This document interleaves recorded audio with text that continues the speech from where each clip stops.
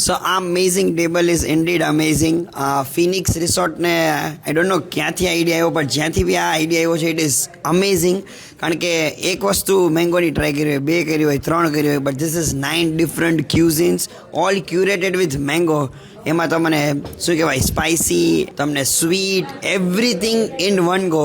તો તમારા જે ટેસ્ટ પેલેટ છે ને it will have a roller coaster. અને I am sure you have not tried this in Rajkot or anywhere else.